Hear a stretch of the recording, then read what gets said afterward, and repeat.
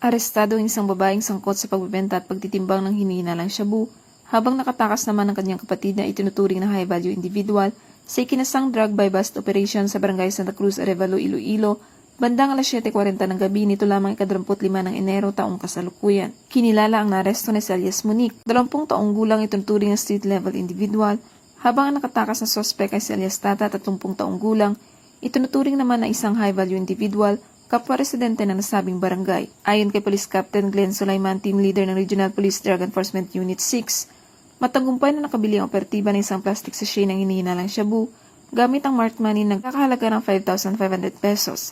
Subalit nang maramdaman ng mga sospek ang presensya ng pulisya, mabilis na tumakas si Elias Tata. Nasamsa mula sa operasyon ng kabuuang 125 gramo ng hinihinalang shabu na may tinatayang street value na 850,000 pesos. Sa pahayag ng Elias Monique, inamin niyang inutusan lamang siya ng kanyang kapatid na si Elias Tata na magpak at magtimbang ng shabu habang ang isa pa nilang kapatid ang nagsisilbing tagapagdala o runner ng ilegal na droga. Ang matagumpay na operasyon ay nagpapakita ng patuloy na determinasyon ng kapulisan na supuin ang ilegal na droga sa komunidad, bagong PNP para sa bagong Pilipinas, serbisyong mabilis, tapat at nararamdaman.